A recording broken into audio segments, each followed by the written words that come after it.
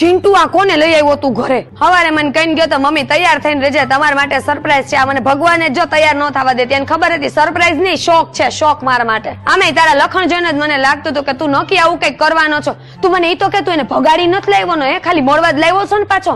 ના હો, અત્યારે મને કઈ પગે પગે નથી લાગવું, હજી કઈ નક્કી નથી થઈ ગયું તમારું. હા હા, આવો આવો, હવે આવી ગયા છો તો અંદર પધારો. કઈ મારે બાઈને થોડા ઉભા રખાશે તમને? પાછો મને હમણાં હું કે મમ્મી મારે ઈ કે ભણવામાં બહુ લોડ છે.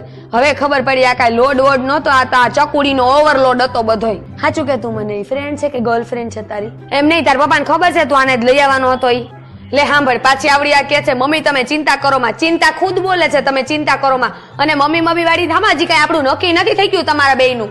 એ ચિંટુ અહીંયા તો તને કહું, હે તે બધું એને શીખડાવી દીધું હે ને? આવી ત્યાં પગે લાગવા માંડી હતી ને ક્યારની મમ્મી મમ્મી કરે છે મને. આ તો સારું હે ચિંટુડા, તાર પપ્પા ઘરે નથી કરા, તારી ચકુડીની સામે જ તને ઢીબી નાખે. કે હું એલી તને એમ પૂછું છું, લગ્ન પછી તું આવા જ કપડા પહેરીશ હે? ના ના, મને કઈ વાંધો નથી. આ તો મારા લગ્ન થયા ને ત્યાં તો અમારે ક્યાં સાડીનો છેડો ઊંચો નહોતો કરવાનો.